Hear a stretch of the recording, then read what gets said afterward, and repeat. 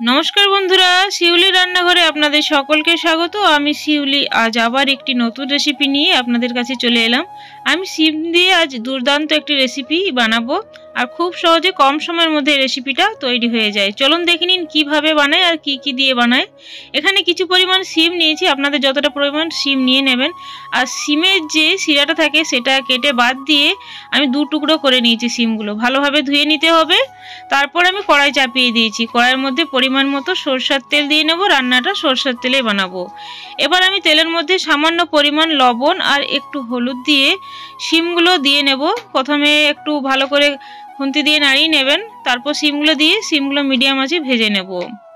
এখানে কিন্তু একটু ঢাকা দিলে ভালো হয়, সিমটা তাড়াতাড়ি সেদ্ধ হয়ে যাবে।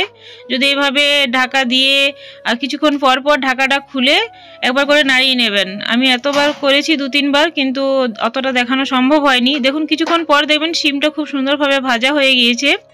তো সিমটা যেই দেখবেন এরকম ভাজা হয়েছে আর নরম হয়ে গিয়েছে, তখন একটা অন্য পাত্রের মধ্যে নামিয়ে নিতে হবে।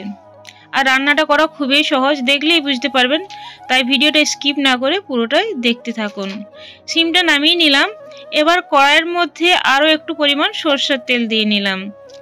তেলটা গরম হওয়ার পর সামান্য পরিমাণ কালো জিরে দিয়ে নেব ফোড়নের জন্য।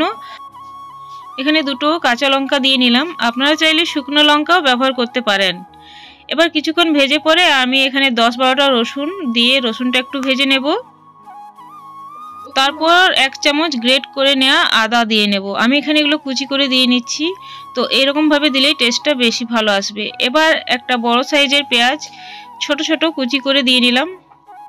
এবার কিছুক্ষণ আমি সব কিছু ভেজে নেব, একটু কালার আসা পর্যন্ত। দেখুন খুব সুন্দর কালার এসেছে। এবার গুঁড়ো মশলা অ্যাড করব। সামান্য পরিমাণ হলুদ গুঁড়ো দিলাম 1/4 চামচের মতো। এখানে 1 চামচের মতো জিরে গুঁড়ো দিলাম। আপনারা চাইলে এখানে ধনে গুঁড়ো অ্যাড করতে পারেন। আর আমি এখানে লঙ্কা গুঁড়ো দিয়ে নেব। এটা কাশ্মীরি লঙ্কা গুঁড়ো ব্যবহার করছি, যেহেতু আমি এখানে ঝাল বেশি করব না। আপনারা চাইলে ঝাল লঙ্কা গুঁড়ো দিয়ে নিতে পারেন।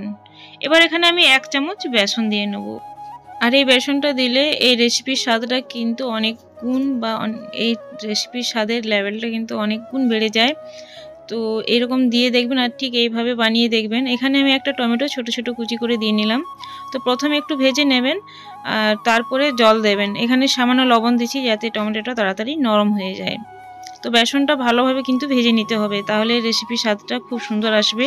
এখানে আমি সামান্য গরম জল দিয়ে আমি এটা কষিয়ে নেব। একটু গরম জল দিচ্ছি। এখানে কিন্তু ঠান্ডা জল বা নর্মাল জল ব্যবহার করবেন না, গরম জল দেওয়ার চেষ্টা করবেন, হালকা কুসুম গরম জল। কিছুক্ষণ দিয়ে আমি এভাবে কষিয়ে নেব। তারপর সামান্য চিনি দিলাম স্বাদের ব্যালেন্সটা রাখার জন্য। খুব ভালোভাবে মশলা কষিয়ে নেওয়ার পর ভেজে রাখা শিমগুলো দিয়ে আরও কিছুক্ষণ কষিয়ে নেব। দেখতেই পাচ্ছেন এই রেসিপিটা কত সহজেই তৈরি হয়ে যায়। এবার হালকা গরম জল আমি এই রেসিপির মধ্যে দিয়ে নেব। গ্রেভিটা যেরকম রাখবেন সেই হিসাবে এটা দিয়ে নেবেন।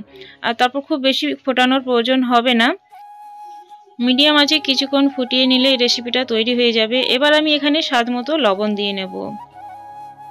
তো লবণটা দেওয়ার পর ভালোভাবে মিশিয়ে নেব।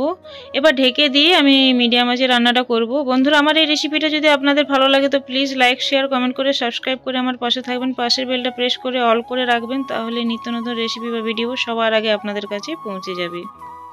এবার মোটামুটি 4 মিনিটের পর ফিরে এলাম। দেখুন খুব সুন্দর হয়েছে। গ্রেভিটা ঠিক এরকম রাখবো। তারপর আঁচটা লো করে আমি ধনেপাতাটা উপর থেকে দিয়ে কিছুক্ষণ পর আমি গ্যাসটা অফ করে তারপর ভালোভাবে মিশিয়ে নিলে রেসিপি একেবারে রেডি। এটা আমি গরম গরম ভাতে পরিবেশন করেছিলাম। আপনারা চাইলে রুটি, পরোটা, লুচির সাথেও এই রেসিপিটা পরিবেশন করতে পারেন। আজ তাহলে আসছি বন্ধুরা, পরে একটি নতুন ভিডিও বা রেসিপি নিয়ে আপনাদের সাথে আবার দেখা হবে। ধন্যবাদ ধৈর্য ধরে আমার এই ভিডিওটা দেখার জন্য।